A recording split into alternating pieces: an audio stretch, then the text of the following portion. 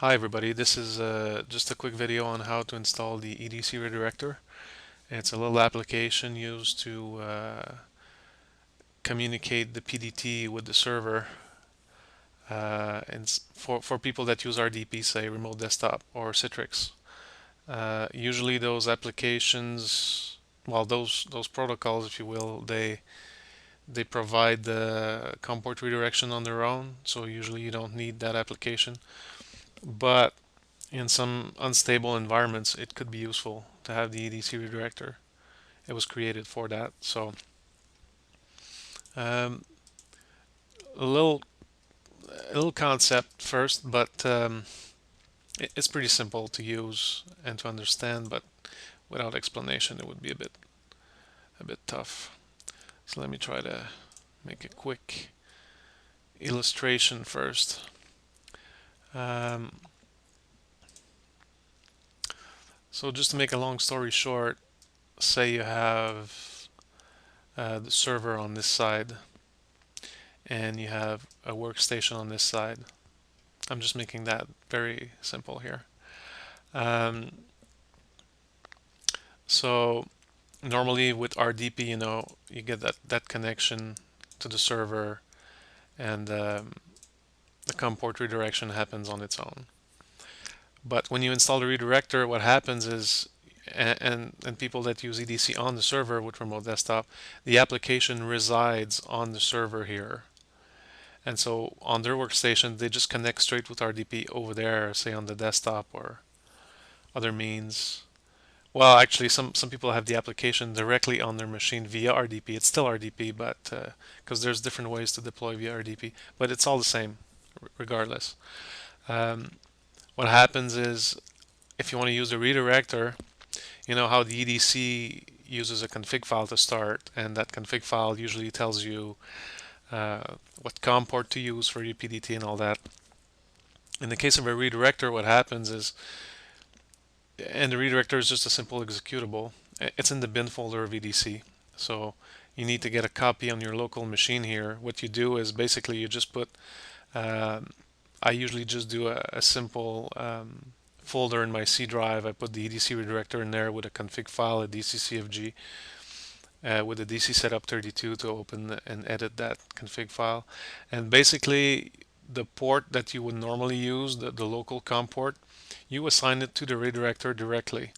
And then the config file of EDC on the server, you basically, instead of using a COM port on this one, you just tell it the address of the redirector to connect. And it works that way, and it works really fine.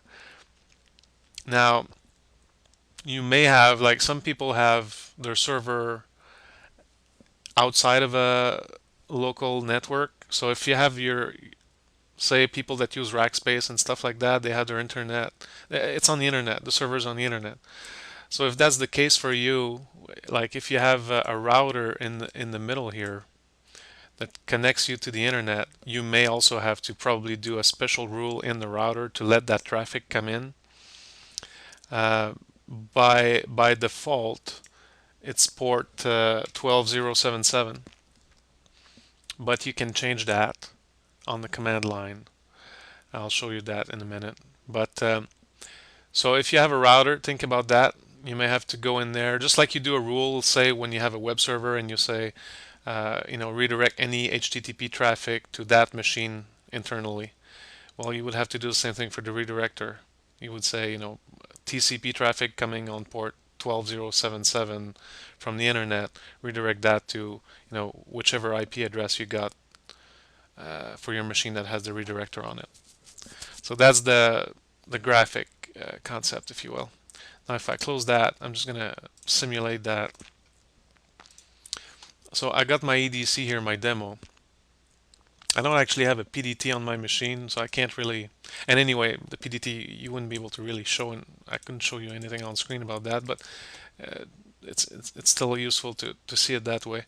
So I got my EDC shortcut here, and if I right click on that, properties, and I open file location, sometimes it's called find target. If I click on that, it gets me to the bin. Now once I'm in the bin, I'll see in here there's that EDC redirector Here it is. So I'll copy that on my desktop. I'll also make a copy of the config file, DCCFG here, say, and my DC setup. It's easier to edit the config file, I find. So I'll copy that over here. Now to make that neat, if you will, I'll kind of put all that into a folder of its own. I'll call it EDC Redirector. Put all that in there, and then copy that on my C drive, say, just so it's easy to find. I'll put that in the root of my C. It could be anywhere, it doesn't have to be there. I'm just putting it there. So then I click on that, and then I have to find out, okay, with my device manager, what COM port is Windows giving me for my PDT. So I have to go and find my device manager and check my COM ports. Now I don't have actually one installed on my machine, but for you, if you had one, say it's a USB adapter or whatever, you would see it in the list here. It's pretty obvious, the way Windows kind of describes it. So for me, we'll just take an example. Let's say it's on COM1. So that means for the redirector config itself, I have to use COM1 for me here for my WAN port or PDT port, same thing. So I have to use COM1 for that. So now I'm set to COM1. I click OK. Yeah, it's fine. Okay, so now my redirector, if I start it, I just have to double click on it now at this point.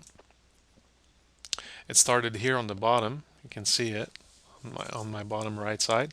And it says see, it's on port 12077. That's the default port.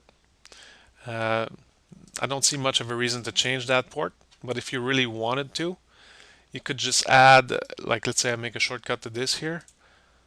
On the properties of my shortcut, at the end I could add port no equals and something else. I could say 12,000, say, or whatever other port I want to use.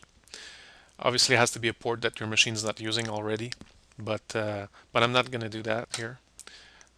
That port's fine with me. So now I got my redirector working. So now all I would have to do here at this point is go on the server where my EDC is running from, and I would have to, here I could check what my config is again in the target. So I'm using DC 1300 here, but it doesn't really matter, just for the case here. Whatever your config file is. Most of us have it under DocuData and then EDC, and then there's usually actually I have it here, so config folder, and then you have a bunch of configs. So whichever config you're using, and you can see that from your shortcut of EDC in the target here. But let's say I'm just using any old users config. Then you'd go in here, open that config now, and for that one you have to point it to the redirector. So you use remote for that in the list, and here that lights up, and you have to put the IP address. If I was on a LAN here, I would probably just put a 192 address, whichever IP address of the machine the redirector is running on, and the port is the default, so here I'm not changing that, but if you did change it on the command line, you'd have to change that over here too. On the other hand, if your server is on the internet and you're using Rackspace or something or any other provider, then instead of the 192 address, you'd have to put your external IP address. So the IP address that would get to your router, where you did make that rule inside of it before, as I explained. So that has to be your external IP address. The easy way to get to that is just to simply, there's this site called, what is my IP? So if you just Google that, you get your IP address right away. So that's the one for me here at this moment. So I could just copy that now, minimize that, and put that in there. So that means when I start EDC on the server remotely on the internet, it would be looking for that address on that port to find the redirector, basically to connect my PDT. And so that's about it, really. It's It's not more complicated than that.